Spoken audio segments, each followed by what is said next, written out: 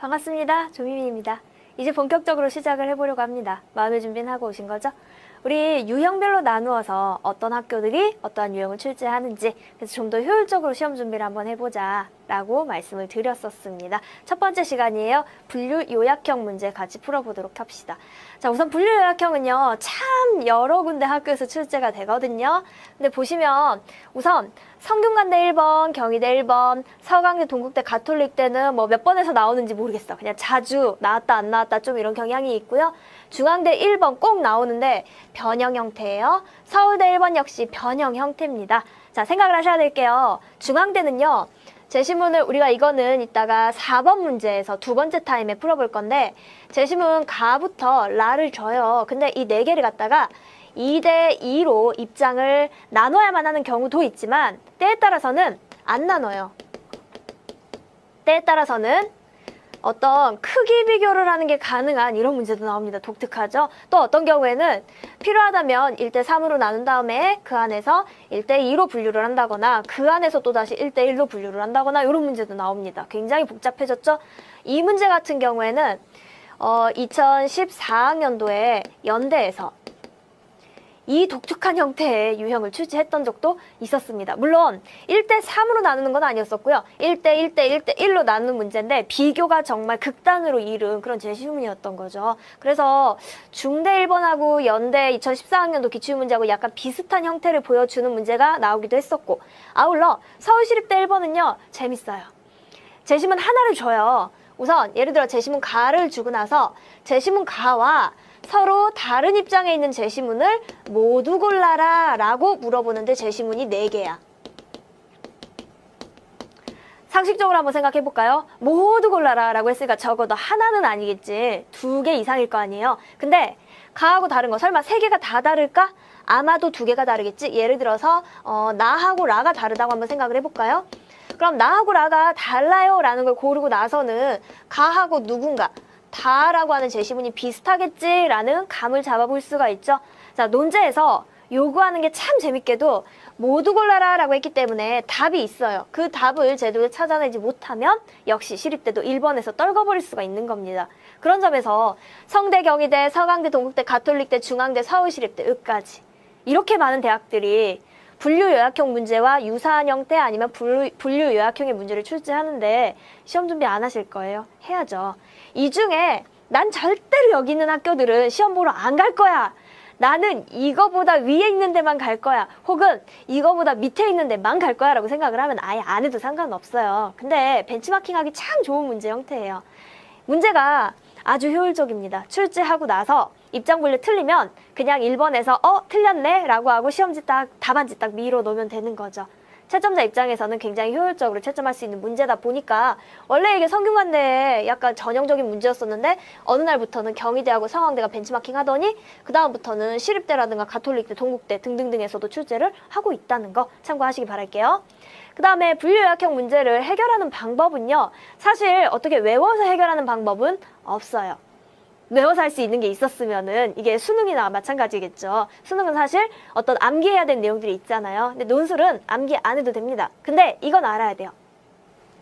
논제 안에 분류할 수 있는 키워드가 들어있는지 확인을 해야 됩니다. 그래서 예를 들어 논제 안에 뭐뭐뭐에 대하여 논하고 있다 이런 식으로 키워드.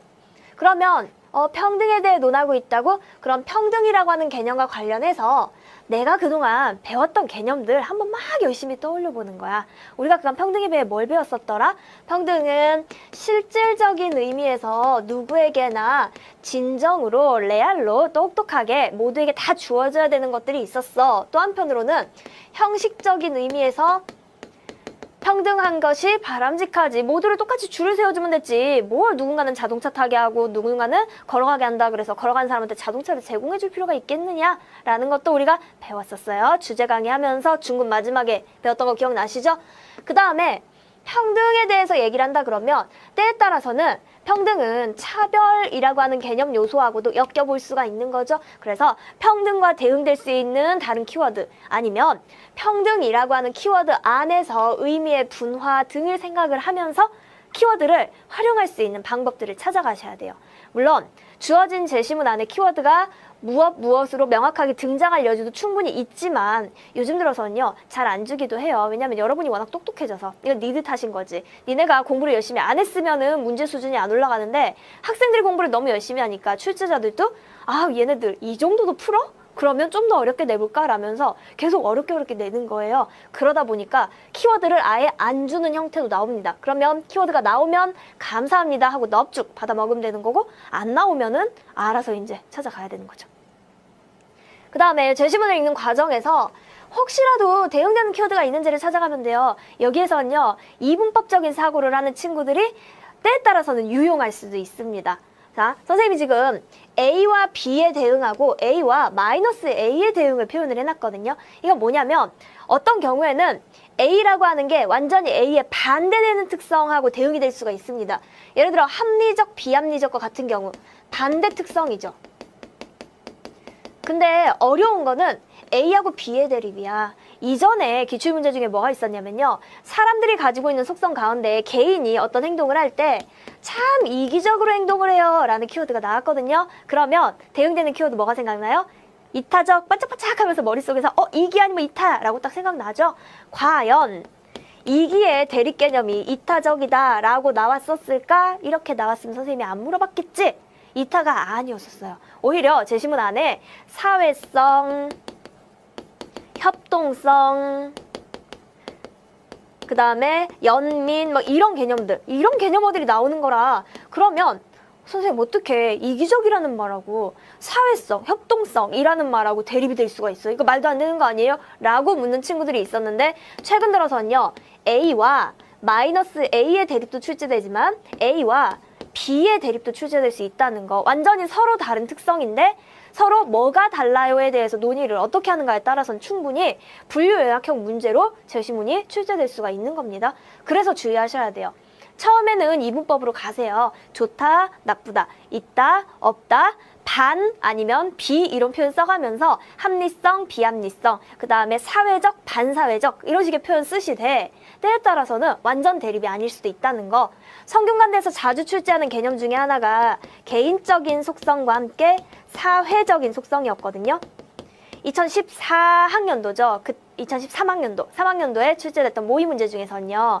개인이 범죄를 저지르는 이유를 어디에 있는지 찾아라 라는 문제가 있었는데 범죄 발생의 원인이 개인적인 것에 있다. 그래서 개인의 유전적인 거, 그 다음에 개인들이 가지고 있는 성격적인 특성을 논하는 제시문들을 출제를 했고요. 또 한편에서는 개인이 범죄를 저지르는 원인은 사회에 있다. 어디에서 태어났는가, 태어난 사회 환경이 영향을 주더라 등등등에 대해서 제시문을 줬거든요. 그럼 또 봐봐요. 개인적이다라는 게 사회적이다라는 특성과 대리벌을 찾는다 그러면 A와 B의 속성이지 A와 마이너스 A는 아니죠. 개인이 아니라고 해서 무조건 사회인 건 아니잖아요. 이런 어려운 대립점을 찾아야 되는 경우들도 있다는 거를 참고를 하시면 이런 표현들도 조금 이제 활용할 수 있겠죠. 거대담론이라는 표현이 종종 나와요. 거대담론 뭐예요? 이야기는 이야기인데 거대하게 어디에나 똑같이 적용될 수가 있지. 달리 말하면 보편적이야. 자, 보편성이란 말 나오면 일원론이라는 말하고도 이어갈 수 있겠죠. x 더하기 y는 g야라고 하는 식이 있다면 이 식은 모든 일에 다 적용될 수 있어 라는 게 거대담론이고 보편적인 이론이고 일원론이에요. 근데 이거의 대립점을 찾아가자면 다양성을 인정하는 속성이 있어요. 때에 따라서는 다양성 대신에 다원론이라는 말을 쓰는 것도 역시 가능합니다.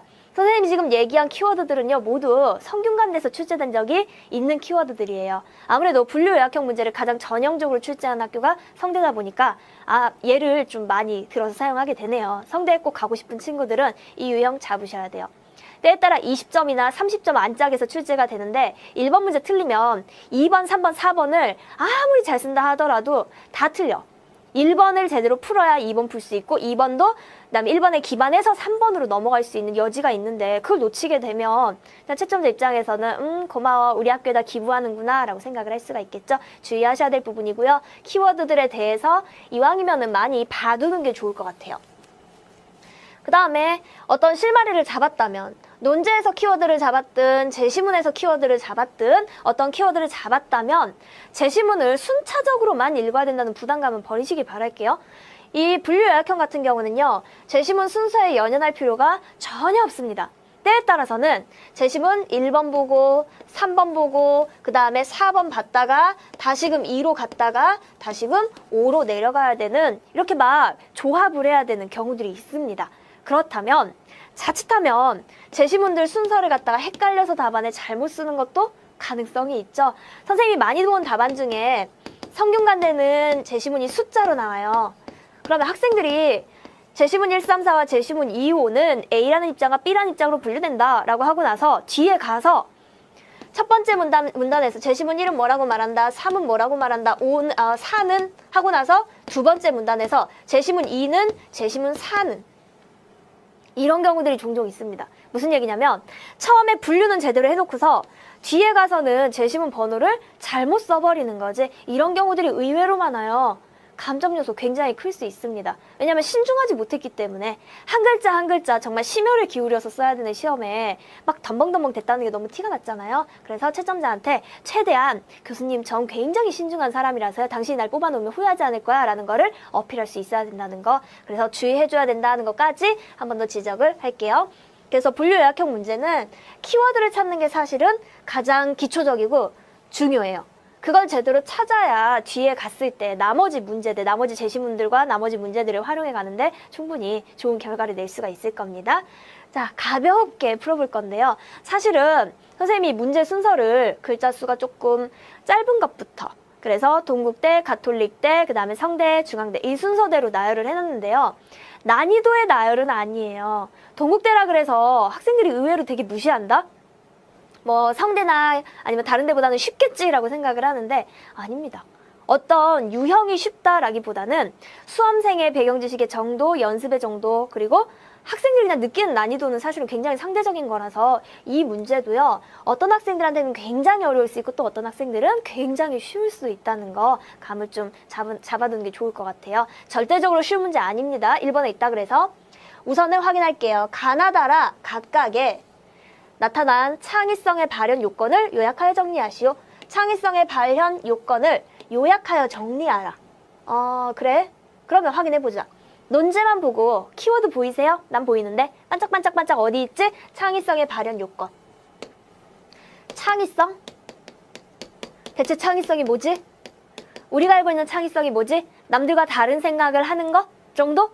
그죠? 그 정도의 개념어는 갖고 있죠. 근데 창의성이라는 표현에 대해서 선생님 있잖아요. 창의성이 뭐예요? 라고 물어봤을 때 한마디로 딱 정의 내리기는 굉장히 어려운 개념이에요. 그러다 보니 창의성이 무엇인지에 대해서 여러분이 알고 있는 그 개념이 이 논술 문제에선 쓰이지 않았을 수도 있습니다. 자, 창의성의 발현 요건이라는 키워드를 찾았고요. 4개의 제시문을 각각을 발현 요건을 요약하여 정리하라 그랬으니까 그냥 제시문가에서 뭐라고 말한다? 제시문 나에선 뭐라고 말한다? 다에서 뭐라고 말한다? 어떤 형태?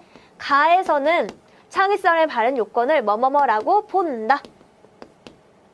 나에서는 창의성의 발현 요건을 뭐뭐뭐라고 본다. 제시문 다에서는 창의성의 발현 요건을 뭐뭐뭐라고 본다. 그리고 제시문 라에서는 창의성의 발현 요건을 뭐뭐뭐라고 본다. 근데 여기까지 해서 보자. 창의성의 발현 요건을 이라는 말을 이 앞에서 몇 번 반복하니? 4번 반복하죠?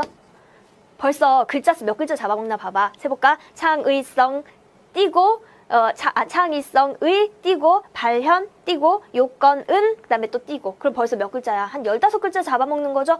여기에서만 잡아먹는 게 60자야. 근데 우리한테 주어진 글자 수 요것밖에 안 되네? 자, 반복적인 표현을 쓸 여유 있다 없다? 없더라. 그러면 제시문 가나다라를 나열하는 게 맞을까? 뭐뭐뭐라고 본다라면서 발췌식의 표현을 쓰는 게 맞을까? 아마도 아닐 거라는 걸 아실 수가 있죠.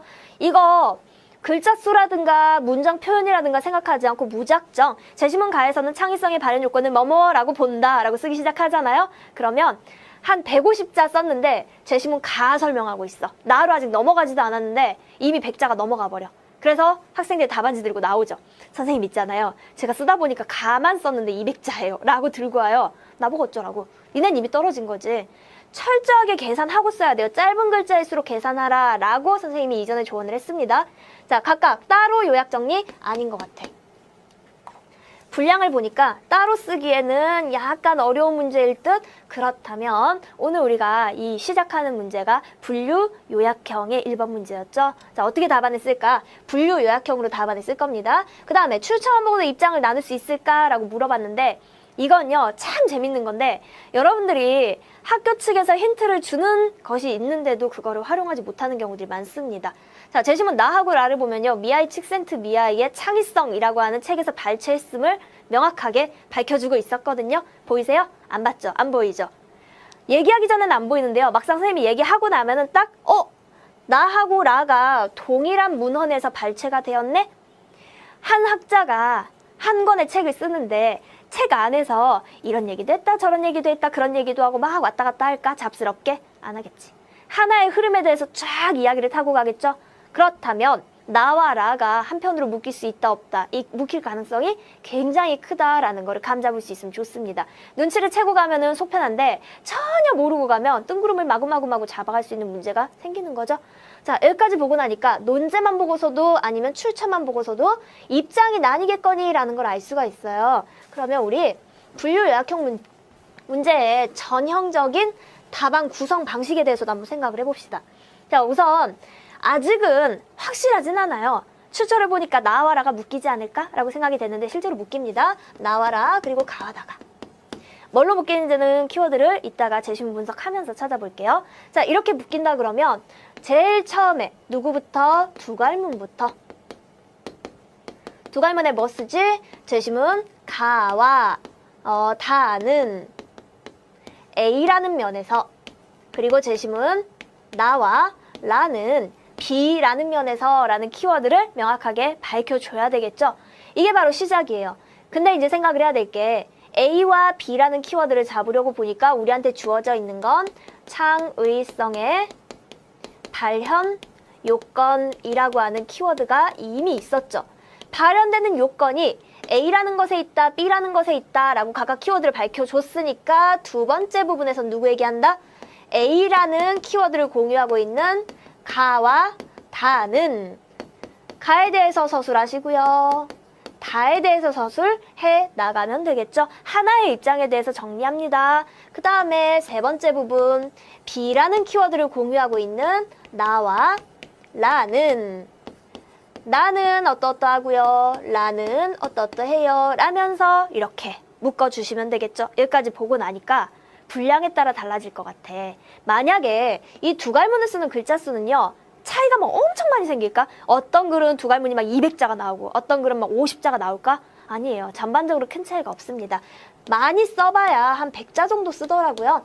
아니면 정말 많이 쓰면 150자를 쓰는 경우들도 있었어요.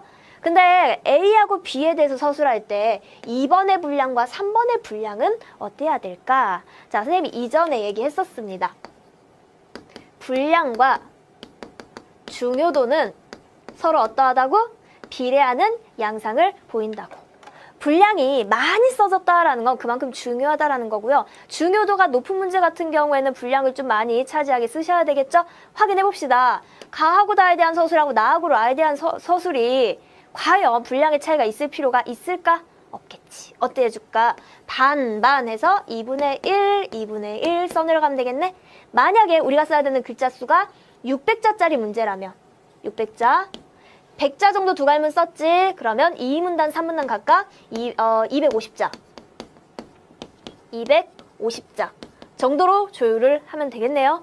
근데 이제 성균관대 문제에서는 제시문이 5개가 나올 거거든요. 5개 나올 때는 이제 조금 고민을 해볼 필요가 있을 것 같아요. 200자, 300자 쓰면은 절대로 안 되나? 우리 막 감옥 가나? 아니죠.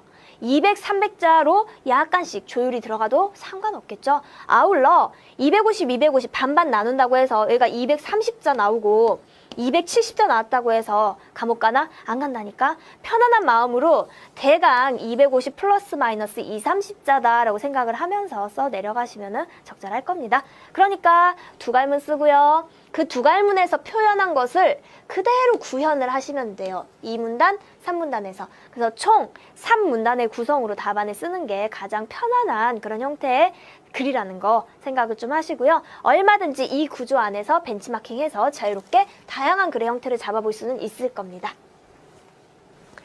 자, 그러면 본격적으로 문제 한번 풀어볼게요. 제시문들은 길지가 않았으니까 뭐 읽으면서 부담감은 없었죠. 우선 가부터 봅시다.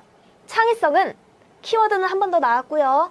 본질적으로 신비하고 불가사의한 영역이다. 그래서 창의성 한마디로 설명할 수 있다 그랬어? 없다 그랬죠. 희곡 아마데우스에서도 비범한 영감과 평범한 재능의 차이가 극명하게 나타난다. 비범한 영감, 평범한 재능. 우리가 아까 아주 짧은 글을 썼어야 됐는데 210자 아니면 240자 정도였었는데 거기에 쓰기 위해서는 이 제시문 가의 이야기가 굉장히 압축적으로 설명이 돼야 되는데 이 전반적인 이야기가 다 뭐냐면 구체적인 예시다. 특정 인물에 대한 예라는 걸 알 수가 있었죠. 아마데우스는 동시대의 두 음악가 모차르트와 살리에르의 이야기를 소재로 삼았다. 모차르트하고 살리에르 가운데 누가 더 친해요? 우리랑 친한 사람? 난 사실 살리에르 별로 안 친해. 잘 몰라. 왜냐면 이름을 들어본 적은 있지만 이 사람이 뭘 했는지에 대해서는 자세히 배운 적이 없었거든요. 하지만 모차르트는 왠지 친근감이 있는 게 우리 음악 교과서에서 몇 번 봤거든. 친하죠? 왜냐면 살리에르는 상대적으로 평범한 재능을 가진 사람이었고 비범한 영감을 가진 사람은 모차르트였기 때문에 왠지 이제 천재적이기 때문에 우리가 많이 배웠었던 거죠. 모차르트는 인생의 모든 면에서 상스럽고 비천하며 게으르고 제멋대로였지만 작곡할 때만큼은 번뜩이는 재능을 발휘했다. 그러니까 천재였다는 거지. 사는 건 되게 막 천박했는데 똑똑했다라는 거지. 반면에 살리에르는 기법 면에서 부족함이 없었고 덕망 높았고 이성적이고 성실한 궁중의 전속 작곡가였었지만 그의 명성은 모차르트가 등장한 이후에 사그라졌다. 왜냐하면 아주 잘하긴 했지만 천재성은 조금 부족했나 보지. 사람들의 어떤 그 만족도를 충족하기에는 조금 모자랐나 보지.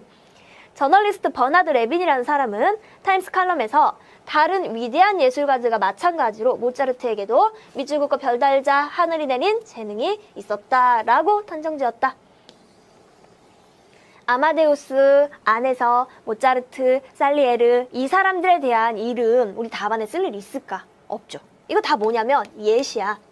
구체적인 예시를 답안에 쓰는 거 쓸모가 없습니다. 라고 우리가 중국 강좌 첫 시간에 요약 문제를 풀면서 선생님이 강조를 했었습니다. 요약하는 답안 아니면 비교한 답안도 마찬가지예요. 구체적인 예시 그리고 그 안에서의 구체적으로 누가 무엇을 어찌했고 쓸모가 없어요. 이 예는 학생들이 얼마나 잘 알아먹었는지를 확인하기 위해서 출제자가 힌트로 줬을 뿐입니다. 자, 가에서 창의성은요. 무엇 덕분에 발현되는 거지? 비범한 영감 덕분인데 이 비범한 영감은 개인이 노력해서 만든다거나 그런 건 아닌 것 같아. 기법이라거나 이런 거는 사실은 배울 수 있는 거잖아요. 근데 하늘이 내린 재능 배울 수 있던가? 하늘이 주는 거야. 내가 하늘이 주는 걸 배워서 불가하죠. 그래서 가에서는 창의성이 하늘이 내린 재능이었더라. 하늘이 내린 재능을 조금 어려운 한자어로 표현을 한다면 하늘 천자 쓰고요. 하늘이 줬다, 부여했다. 그래서 부자를 써서 천부적 재능이라는 표현을 쓰는 것도 가능합니다. 선생님이 이야기를 왜 하느냐? 이따가 아니면 여러분이 이미 글씨를 써봤을지도 몰라요. 답안을 쓰면서 보면 알겠지만 이게 말이 조금만 길어지면은 250자가 막 넘어간다? 근데 우리한테 분명히 주어진 글자 수가 240자밖에 안 되는데 그때는 그냥 한 글자도 막 달달 떨린단 말이에요. 그럴 때는 긴 우리말을 한자어로 바꿔 쓰면은 의외로 분량이 굉장히 압축될 수 있다는 거. 그럼 또 꼼수 부릴 수 있겠지. 내가 글을 써야 되는데 긴 글 써야 돼. 근데 내가 아는 건 한자어인데 그 말을 풀어 쓰면 되는 거죠. 천부적 재능이라는 말을 키워드로 봤는데 그거를 좀 풀어 쓰면 분량이 늘어나잖아요. 하늘이 부여한 재능 이런 식으로 꼼수 부리는 것도 여러분들이 차근차근 배워가야 할 겁니다. 아이고. 그 다음에 제시문 나로 갑니다. 나에서는 과연 창의성이 발현되는 요건이 어디에 있다고 볼까? 자, 분량이 조금 더 있는데요. 이 안에서도 역시 미아이 칙센트 미아이가 사례들을 막 얘기를 하면서 이 사례, 저 사례, 그 사례 막 보여줍니다. 어떤 사례인지 볼게요. 상징에 의해 전달되는 지식은 체외적이다. 상징에 의해 전달되는 지식? 근데 체외적이라고? 개인의 몸 바깥에 있는 지식이 있어야 돼. 그것은 우리의 염색체 안에 새겨진 화학기호를 통해 전달되는 게 아니라 의도적으로 배우고 전수받는 지식이어야 한다. 우리가 말하는 문화라고 하는 게 바로 이러한 체외적인 지식이다. 그리고 상징에 의해 전달되는 지식은 지금 계속 지식 나오고 상징에 의해 전달되는 지식 2번 나왔지? 그러면 키워드야. 반복 서술되면 뭐라고요? 중요하니까 키워드로 다시 한번 출제를 해준 거라 그랬죠? 이러한 지식은 기학, 음악, 종교, 법률과 같은 세부적인 영역으로 나누어진다. 이 지식은 세부 영역으로 나누어진다. 각각의 영역은 그 자체가 상징적인 요소, 규칙으로 이루어져 있으며 일반적으로 독립된 표기의 체계를 가지고 있다. 여기까지만 보면 창의성의 바른 요건이 어디에 있는지 아직은 잘 모르겠어. 그럼 좀 더 읽어봐야죠. 각각의 영역들은 분리되고 작은 세계 안에서 분명하고 집중적으로 사고할 수 있도록 되어 있다. 영역이 존재한다는 사실은 기학, 음악, 종교, 법률, 수학 등등등등 이런 게 존재한다는 사실은 아마도 인간의 창의성을 가장 잘 드러내주는 일면일 것이다. 이렇게 영역이 나뉘어져 있다는 게 인간의 창의성을 드러내준다고? 예를 들자면 감사합니다. 교수님 제가 아직까지 잘 모르겠었거든요. 이제 좀 알겠죠? 라면서 예를 들자면 읽어봐요. 대수법, 음악이라는 영역이 존재한다는 사실은 생물학적으로 진화하면서 유전자 속의 프로그램화되지 않은 유형의 질서를 우리가 경험할 수도 있다는 것을 의미한다. 유전자 속에 프로그래밍화된 것들, 유전자 속에 이미 들어있는 게 아닌 것들이 있다는 거죠. 무슨 소리야? 내가 유전자로서 내 안에 가지고 태어나는 게 아니라 상징에 의해서 전달되어야만 하는 지식은 개인의 바깥에 있다는 거지. 유전자 속에 있는 게 아니라 유전자 바깥에 있는 무언가를 배워야만 해. 그러면 개인이 배우려는 노력을 할 필요가 있겠네? 근데 배우려는 노력을 하기에 앞서서 외부에 상징적으로 만들어진 지식이 만약에 없다면 우리가 창의성을 발현해낼 가능성 자체가 없어지는 거죠. 배울 수 있는 여지 자체가 없어지기 때문에 그러니까 원래 갖고 태어나는 건 아니네. 체내에 있는 건 아니네. 그리고 과학에서는 영역의 기초 지식을 습득하지 않고서 창의적인 업적을 남긴다는 것은 현실적으로 거의 불가능하다. 대수법, 음악도 그렇고 과학도 그렇고 다 사례지. 근데 여기서 키워드로 찾을 수 있는 거 하나 있네. 기초 지식을 습득해야 된다. 그렇지 않으면 창의적인 업적을 남길 수가 없더라. 기초적인 지식을 배워야만 해요. 근데 배우려는 노력을 하기에 앞서서 우리한테 뭐가 있어야 된다고? 내가 아니라 외에 뭐가 먼저 있어야 돼? 지식이 상징적으로 존재하고 있어야만 하죠. 과학자이자 발명가인 프랭크 오프너는 중요한 사실은 자연과학의 기초가 튼튼하지 않으면 어떤 발전도 더 이상 이룰 수가 없을 거다라고 말하였고 모든 과학자들이 이 말에 동의할 거야. 자연과학의 기초가 튼튼하지 않으면 그럼 자연과학의 기초가 튼튼해야 된다는 거네. 기초가 무슨 말일까? 요 앞에서 찾을 수 있었던 것들. 독립된 표기 체제를 가지고 상징적인 요소와 규칙을 가지고 상징적으로 사람들에게 전달할 수 있는 지식을 체계화해 놓을 수 있어야 해요 라는 걸 보여주는 거죠. 자, 그럼 나에서는요. 가와는 조금 다를 것 같아요. 가는 하늘이 내린 재능이기 때문에 내가 배워서도 어찌할 수 없는 거고 개인의 바깥에 존재하는 거긴 하지만 사회에서 만들어내야 될 필요성은 전혀 없었거든요. 근데 이번에는 사회적으로 우리 사회에서 만들어내야만 해. 무엇을? 상징적인 어떤 체계를 가지고 체외적으로 지식을. 달리 말하면 음악 같은 경우에는 예를 들어서 모차르트 같은 경우에도요. 교육을 한 번도 안 받았는데 정말 천재처럼 막 음표? 우리가 말하는 콩나물 같은 거 걔네들을 이걸 막 그림으로 막 그려냈었을까?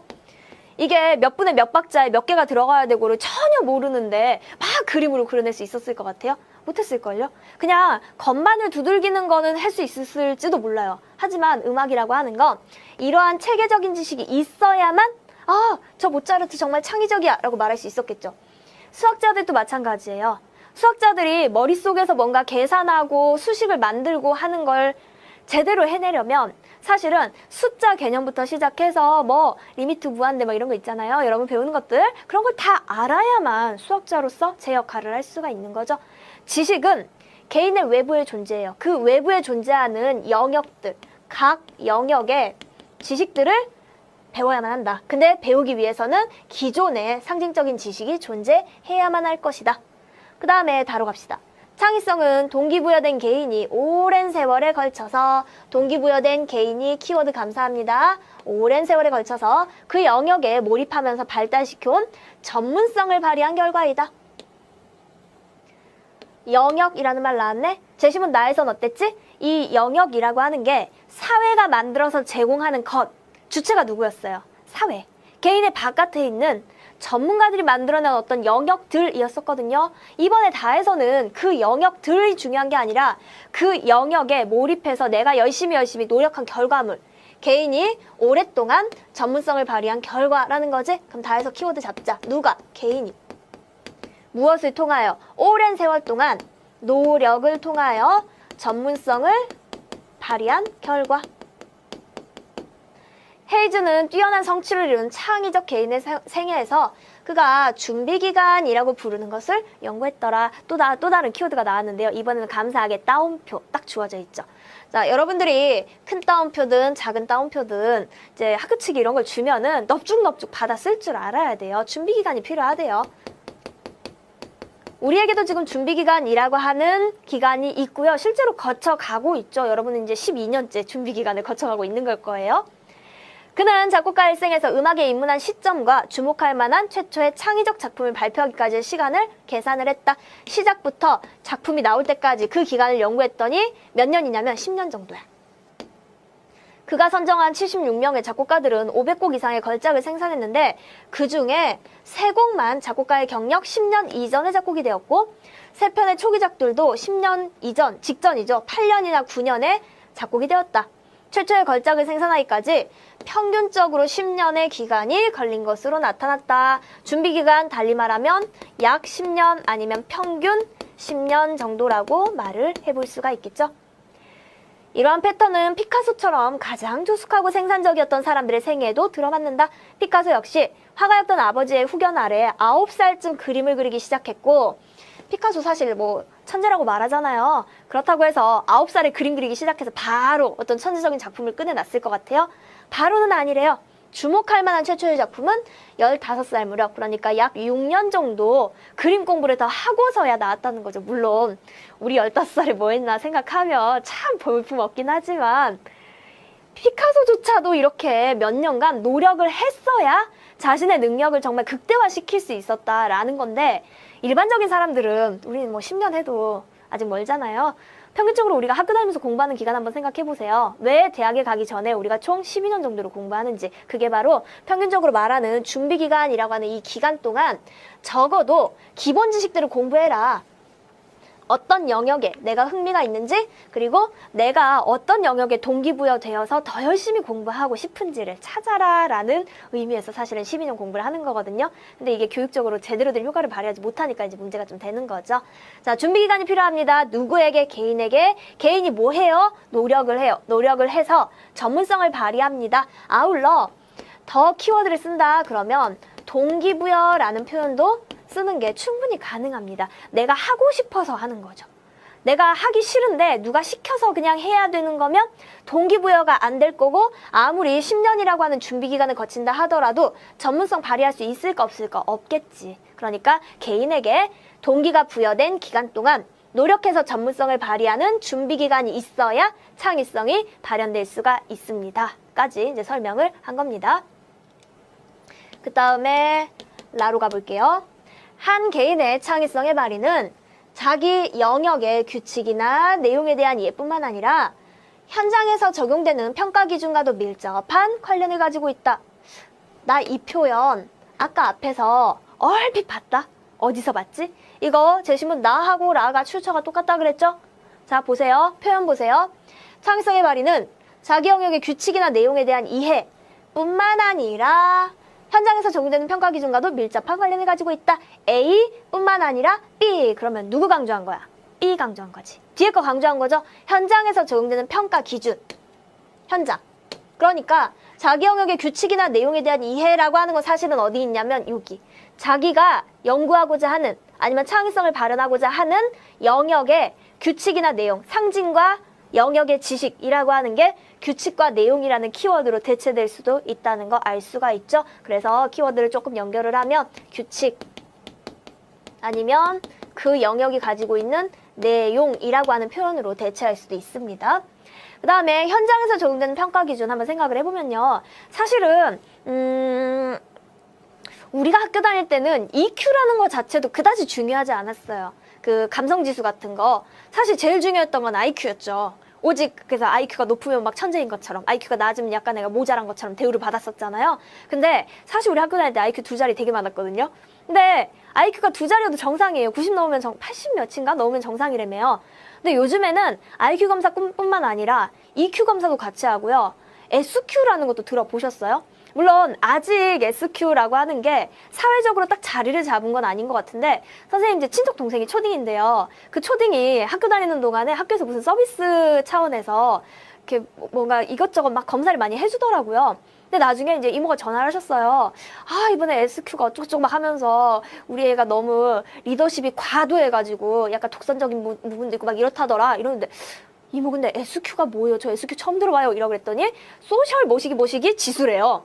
그러니까 사회성 지수라는 거를 요즘엔 또 조사를 하더라고요. 그래서 친구들하고 얼마나 잘 어울리는가, 그리고 친구들을 얼마나 잘 리드할 수 있는가, 리드할 수 있는가, 리드로서 역할을 할 수 있는가, 아니면 왜 그 2인자가 자기의 몸에 맞는 사람 있잖아요. 박명수처럼. 그러니까 누군가를 뒷받침하면서 오히려 사회를 더 발전시킬 수 있는 속성이 있는 사람들인지, 그러니까 리더적인 속성이 있는지, 아니면 보완자로서의 속성이 있는지, 혹은 그냥 사회 구성원으로서 이제 자신의 특성을 그다지 크게 드러내지 않는 속성이 있는지, 이런 것들을 조사해서 아이들 하나하나의 특성을 좀 이렇게 담임 선생님들이 확인을 해주는 그런 작업을 하더라고요. 너무 신기하지 않아요?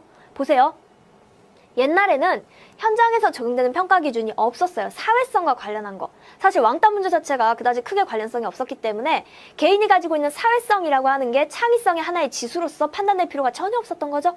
요즘에는 IQ, EQ, SQ 또 뭐 만들어내자면 얼마든지 많을 거예요. 그 많은 것들이 현장에서 평가가 되고 있기 때문에, 누가 평가를 하기 때문에 전문가들, 여기 보면 당대의 미술가들이나 비평가들이라는 말이 있는데, 사실 이 뒤에 나와 있는 건 미술이라고 하는 예를 들어서 설명하는 거죠. 그럼 그 예시를 표현을 좀 바꿔봐요. 그 당대에 미술을 하는 사람들이나 비평을 하는 사람들, 전문가들이지. 당대의 전문가들이 이거 중요한 것 같아, 이렇게 평가하면 될 것 같아 라고 판단하는 기준들이 있으니까는 사람들이 창의적인 게 필요하구나, 창의성이 발현되는구나 라고 보는 거죠. 자, 라에서는요, 전문가라는 키워드 필요하고요. 전문가들이 뭐 하는 거야? 어디에서? 현장에서. 달리 말하면 영역에서, 각 영역에서 평가하는 기준, 이런 것들을 가지고 있기 때문에 그때서야 비로소 창의적입니다 라고 평가받을 수 있게 됐다라는 거죠. 그러면 가나다라를 보니까 왠지 무엇인가는 개인이 이렇게 하늘에서 받는 거, 그 다음에 또 하나는 사회적으로 만들어내는 거, 사회적으로 현장이 있어야만 하는 거, 개인이 노력하는 거 이라고 나왔는데, 사실 가와 다가 명확하게 친구예요 라고 딱 이어가기에는 조금 어려울 수 있어요. 근데 나하고 라를 보는 순간 얘네들이 친구야. 사회적으로 특정 영역이 있어야 돼요. 아울러 그 영역에서 특정한 전문가들이 평가하는 기준들이 존재해야만 창의적입니다 라고 평가를 받을 수 있습니다. 찾을 수 있었고요. 또한 하늘이 내린 재능이라고 하는 건 누구에게 준 거야? 사회에게 부여한 게 아니라 개인에게 부여한 거죠. 아울러 개인들에게 노력을 해야 할 필요성을 인식을 하게 하는 동기부여가 있었을 때 약 10여 년에 이르는 준비 기간을 거치고 나자 전문성을 발휘할 수 있었습니다. 그래서 가와 다가 친구, 나와 라가 친구입니다 라고 짝짓기를 하는 게 가능한 겁니다. 우리한테 명시적인 키워드를 안 준다 하더라도요, 개인이라는 키워드를 어디서 끌어오는 거지? 다에서. 아울러 라에서도 한 사회라는 키워드가 굳이 눈에 안 보인다 하더라도 나에서 끌어와서 어떠한 영역 아니면 현장이라는 표현을 가지고 벤치마킹을 할 수가 있어야 되겠죠. 주어진 제시문 안에서 키워드의 변용이 얼마든지 일어날 수가 있습니다. 그 다음에 뒷부분은 쭉 읽어보시면은 예를 들면 이라면서 라파엘로의 창의성, 그리고 또 누구 나오지? 한 사람 더 있는데, 어쨌든지 간에 라파엘로의 창의성에 대해서 얘기를 하는데요. 사실 라파엘로가 처음에 그림을 그렸을 때는 그냥 막 우와 대단하다 이랬었는데, 어떤 시기에 이르러서 16세기하고 19세기에는 창의적이라고 여겨졌으나 그 사이 기간 17, 18세기 아니면 그 이후에는 새로운 가능성을 발견했을 때에만 창의적이다라고 평가가 될지 그렇지 않을 때에는 그냥 잘 따라 그리는 사람 이 정도였다는 거죠. 아, 라파엘로 말고 선생님이 가끔 예로 들던 사람이 있었구나. 고흐. 고흐가 살아있던 당시에 과연 창의적이라고 평가를 받았었던가? 살아있었을 때 자기의 그림이 그렇게 비싸게 팔렸다면은 그렇게 좀 불쌍한 결말을 맞지는 않았겠죠. 근데 고흐가 죽은 후에야 비로소 그의 작품들이 굉장히 창의적이다. 그러니까 시대를 앞서 나갔다라고 평가를 받았습니다. 그런 경우들을 보더라도 당대에 누가 어떠한 기준을 가지고 어떻게 평가하는가가 진짜 중요한 거예요. 그러니까 시대를 잘 만나야 된다라는 말이 있는 거죠. 자, 논제를 해결해 봅시다. 사실 이미 다 해결을 했는데 키워드 정리 한번 해야죠. 창의성에 바른 요건에 대해서 개인적인 요건과 사회적인 요건으로 각각 묶어볼 수 있어요. 가와 다는요, 개인의 주로 내적인 것과 관련한 요인입니다. 자, 사회적인 요인이라고 나와라를 묶었는데 굳이 사회적이라는 말 쓰기가 싫으시면은 개인의 바깥에 있는 요인이라고 보셔도 상관은 없어요. 다만 완벽하게 적절하진 않을 수 있습니다. 어떤 면에서? 다에서는 개인이 가지고 있는 노력이라든가 전문성을 발휘한 결과라든가 이런 부분들이 확실히 개인이 마음먹기에 따라 달린 거죠. 내적인 요인이죠. 근데 나에서는요, 개인의 외적인 요인이기는 한데 사회적인 것이라고 너무 명시적으로 등장을 하고 있기 때문에 굳이 주어져 있는 키워드를 갖다 버리고 내 마음대로 키워드를 만드는 거는 조금 아쉬운 면이 있을 거예요. 그러니까 개인의 내적인 요인과 사회적인 요인이라고 묶어주시면 좋습니다. 가와 다는 천부적인 재능이나 몰입을 통해 전문성을 발휘한 기간, 그리고 나와 라에서는 문화와 같은 상징적인 요소, 그리고 규칙으로 이루어진 체외적인 지식. 전문가들이 어떠한 평가의 기준을 가지고 판단을 하는가까지 묶어볼 수가 있는데 이 정도까지 이제 보고 나면 눈칫밥이 조금 생겨야죠. 우리가 써야 되는 글자 수는요, 총 200자 조금 넘어요. 그러면 두 갈문 쓸 거야. 우리 아까 첫 번째 두 갈문, 두 번째 첫 번째 입장, 세 번째 두 번째 입장이라고 하는 크게 세 부분으로 나누어서 서술할 거야 라고 처음에 감 잡았죠. 여기에서 이제 시작을 해보면 두 갈문이 아마도 어느 정도 분량이 나올 텐데 가다 나라 각각 언급할 수 있을까? 별로 없어요. 그러니까 뭉뚱그릴 겁니다. 묶을 겁니다. 가와 다라는 말 굳이 안 써도 상관없고요.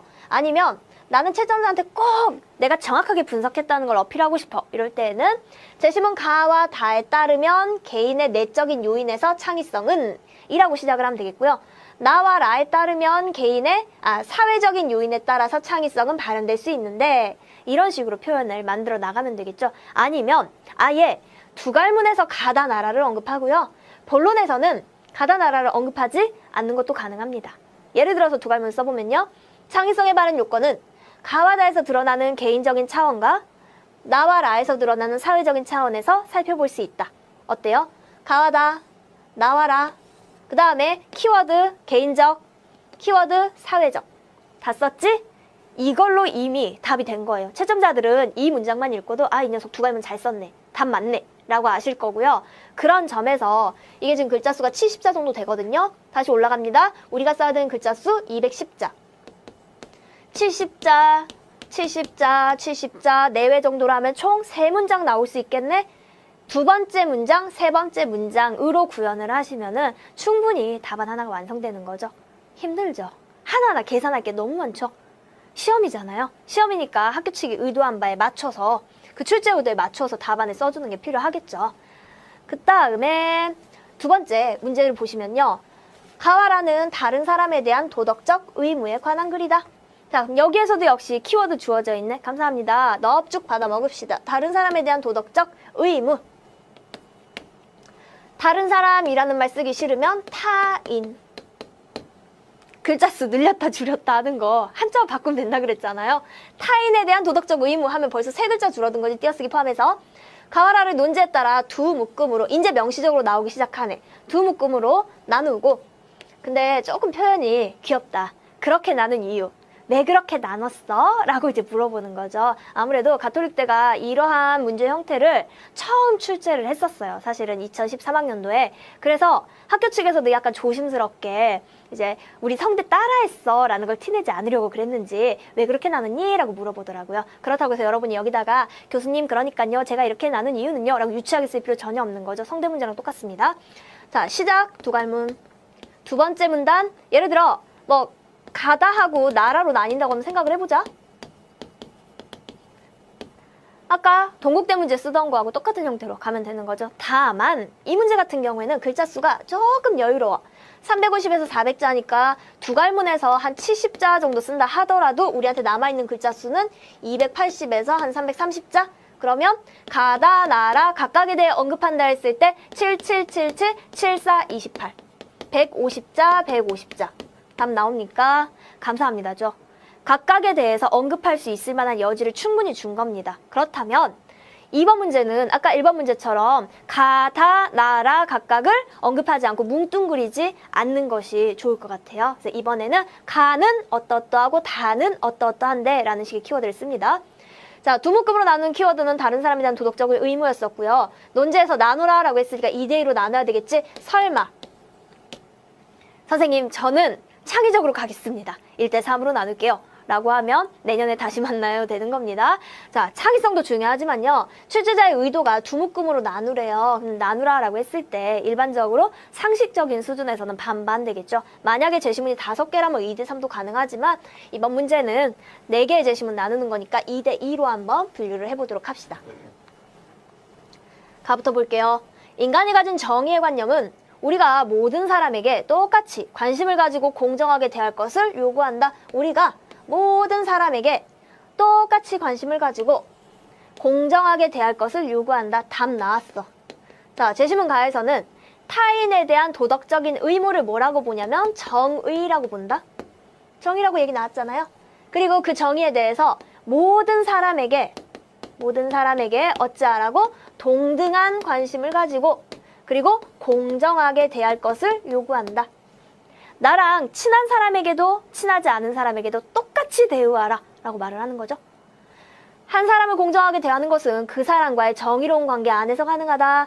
따라서 우리는 동료 시민들과 맺고 있는 관계가 정의롭기를 바라는 데서 더 나아가서 동료 시민들, 나랑 같은 나라, 같은 사회 안에 살고 있는 사람들에서 조금 더 나아가서 어디까지? 이 세계를 공유하고 있는 어느 누구라도 동일한 정의로운 관계를 맺을 수 있기를 바라야 한다. 모든 사회 제도는 정의의 관념을 실현하기 위한 도구에 불과하다. 정의의 관념을 실현하기 위한 도구. 법, 국가, 복지 등등등 모든 제도들은 정의의 관념을 실현하기 위한 도구. 근데 가에서 정의한 정의는 무엇이었지? 모든 사람을 동등하고 똑같이 공정하게 대우하는 것. 국가라는 사회제도도 마찬가지이다. 국가라는 이유로 차별당해선 안 된다라는 거죠. 일반적으로 우리는 나랑 국적이 같은 사람한테 좀 더 잘해주고 싶고 국적이 다르면은 약간 그래도 미워한다는 아니더라도 무관심하다거나 아니면은 우리나라 사람보다는 관심이 덜 하잖아요. 우리의 국가가 견고하고 훌륭한 질서를 갖추고 있을 때에만 우리는 다른 구성원과 정의로운 관계 속에 살 수 있다. 그러므로 정의를 실현하는 어떤 공동의 제도 체계가 우리가 살고 있는 국가 안에서 확립되기를 우리가 바란다면 그러한 공동의 제도 체계가 세계 전체에서도 확립되기를 어떤 공동의 체계가 우리가 살고 있는 우리나라 안에서 확립되기를 바란다면 세계 전체에서도 확립될 수 있기를 바라는 것이 도덕적으로 일관된 태도이다. 그러니까 굉장히 일관성을 가져라 라고 얘기를 하면서 나를 대하듯이 남을 대해라 라고 말하죠. 이 가제시문에서는요. 정의롭다라는 건 모든 사람을 똑같이 대우하고 똑같이 공정하게 라고 얘기를 합니다. 어떻게 좀 설득력이 있어요? 어떤 경우에는 모든 사람을 똑같이 대해야 돼요 라는 게 굉장히 설득력이 있지만 또 다른 경우에는 아니 꼭 우리가 그래야 되나? 라고 표현할 수도 있겠죠. 사실 1번 문제 다음에 2번 문제에서는 그런 가치 판단을 묻습니다. 우선 제시문 가에서는 정의는 모든 사람에게 똑같이 대우하는 것. 달리 말하면 평등 이 정도의 표현 쓸 수 있을까요? 그 다음에 나로 갑시다. 정의는 키워드 또 나왔지? 다른 사람에 대한 도덕적인 의무라고 하는 말이 정의라는 말로 대체돼서 쓰였나 보다. 정의는 본질적으로 정치적인 가치이다. 정치적이다? 정치적이다? 이게 무슨 말일까? 정치? 국가를 포함한 모든 사회 제도는 정의가 가치를 가지도록 해주는 매개체이다. 가하고 서로 다른 견해 얘기한다. 가에서는 정치 아니면 국가라고 하는 사회 제도는 모든 사람들에게 똑같이 주어져야 돼요 라고 했는데, 이번에는 정치적인 가치 얘기를 하면서 정의가 가치를 가지게 해주는 매개물이 바로 국가예요 라고 얘기를 해요. 생각해봅시다. 국가라는 매개를 공유하고 있는 사람들하고는 어떨 수 있는 거야? 정의가 가치를 가질 수 있는 건데, 나와 국가를 공유하지 않는 사람은 별로 정의롭게 굴 필요가 없다는 거죠. 우리는 국가를 매개로 해서 다른 사람들과 먼저 시민적인 관계를 맺게 되고, 먼저 나랑 같은 국적을 소유한 사람하고 나랑 전혀 관련 없는 사람하고 두 사람이 앞에서 어려움을 당하고 있다. 누구 먼저 도와줘? 당연히 나랑 국적이 같은 사람부터 도와주겠지. 나랑 혈연관계 없어도 나랑 국적이 같으면 우선 왠지 친근하잖아요. 그래서 나랑 관계가 있는 사람 먼저 돕게 된다. 그 후에 상호 합의된 공정성과 동등성의 기준에 따라 별 달아. 가하고 완전 다른 얘기한다. 가에서는 정의라고 하는 건 모든 사람에게 동등하고 공정하게 평등하게 똑같이 였었거든요. 나에서는 아니야. 야, 정의라고 하는 건 말이지 국가라고 하는 것들을 매개로도 할 수 있어. 달리 말하면 국가가 아니라 지역을 매개로도 할 수 있겠죠. 우리나라의 지역 감정 되게 심하잖아요. 그래서 나 어느 지역에서 왔어. 그러면 다른 지역 사람들이 그 지역은 이러면서 서로 약간 배척하기도 하고 서로 편견을 가지기도 하죠. 이게 뭐냐? 나랑 가까운 거, 상호 합의된 공정성이나 동등성의 기준을 가지고 있는 그 집단 사람들과 먼저 시민적인 관계를 맺었기 때문에 가능한 일인 거죠. 자, 나에서의 정의는 기준에 따라예요. 그들과 정의로운 관계를 맺게 된다. 우리가 그들에 대해 가지는 정의의 의무는 우리가 전체 인류에 대해 가진다고 말하는 다른 의무, 예를 들자면 인간의 존엄성과 같은 의무로부터 파생된 게 아니다. 사실 나에서도요, 인간의 존엄성, 그러니까 목숨을 지켜줘야 돼요 라고 하는 그 존엄성에 대해서는 동의를 해요. 근데 그것을 벗어나서는 국가 아니면 가치관, 제도, 특정한 기준들, 그것들에 따라서 서로 다를 수 있다라는 판단을 내립니다. 정의는 사회제도를 공유하는, 그럼 사회제도 공유하지 않는 사람들한테는 별다르게 존엄성 외에 다른 의무를 가질 필요는 없는 거죠. 강한 정치적인 관계를 맺고 있는 사람들 사이에서만 동글뱅이. 딱 제한하는 거죠. 딱 거기까지만. 한마디로 정의는 결사적인 의무이다. 여기서 결사라고 하는 건 약속을 하는 거야. 사회 안에서 결연 아니면은 이게 체결하다, 약속하다 이런 의미거든요. 사회 안에서 약속을 했을 때에만 정의가 실현될 수 있다. 따라서 정의의 의무가 미치는 범위와 우리가 맺고 있는 결사관계의 범위는 동일하다. 우리나라 안에서 좀 더 안으로 들어오며 우리 지역사회 안에서 좀 더 안으로 들어가면 우리 가족 안에서 딱 거기까지인 거죠. 그러니까 나에서의 정의는 무엇에 따라? 기준에 따라, 그리고 그 기준에 따라서 맺게 되는 결사적 관계. 계약을 해야만 뭔가 관련성이 생긴다라는 거죠. 그래서 예를 들자면 국가라든가 아니면 사회, 제도라든가 라는 것들을 공유해야 돼요 라고 표현을 했습니다. 그러니까 나랑 다른 집단에 속한 사람에게는 그닥 잘해주지 않아도 돼 라는 거죠. 그러면 우리 가에서 평등하다라는 말 잡았으니까 나에서는 평등하게 모두에게 똑같이는 아니네. 그럼 키워드 한번 그냥 내가 한번 만들어 볼까? 그러면 똑같진 않아요 라고 했으니까 제일 쉽게 생각나는 말 차별이네?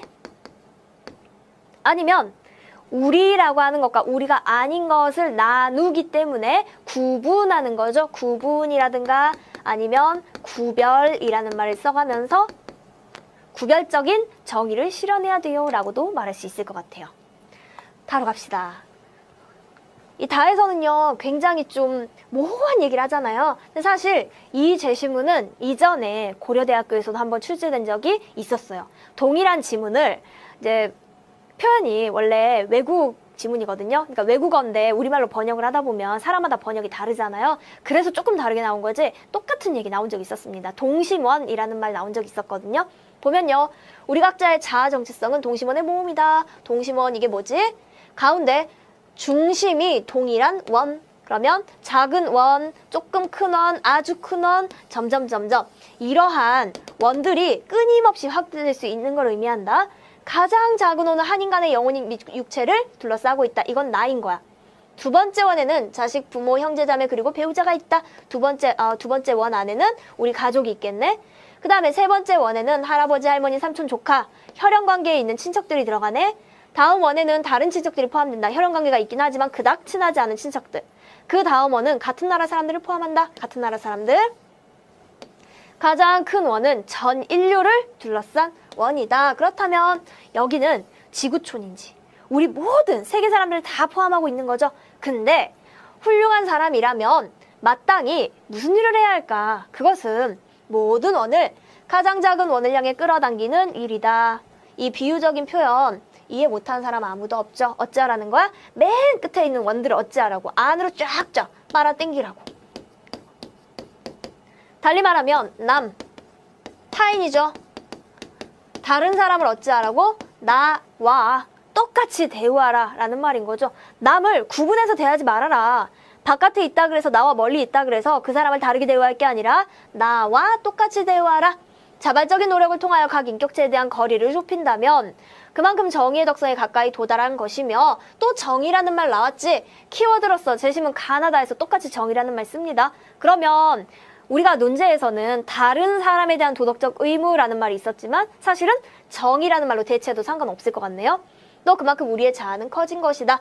나의 크기를 크게 하거나 그래서 남과 똑같이 하거나 남의 크기를 작게 해서 나와 동일하게 하거나 그러면 재심문 다에서는 물론 여러분이 동심원이라는 말을 너무너무 쓰고 싶을 거예요. 그래서 멀리 있는 원의 크기를 나에게로 당겨서 이런 식으로 표현을 많이 쓸 텐데 그닥 예쁜 표현 아닙니다. 다에서는요. 나와 누구를 남을 동일하게 대하는 노력을 해야 한다. 그게 바로 정의더라. 그다음 라로 가면요. 군자는 인의해지 4가지 덕목을 갖추고 있는데 그 중에서 인이 가장 중요하다. 그리고 인의 정신을 실천해야 할 가장 가깝고 중요한 관계가 부모, 자식 간의 관계이다. 그래서 공자는 부모님을 섬기는 효가 인의 근본이 된다고 말한다.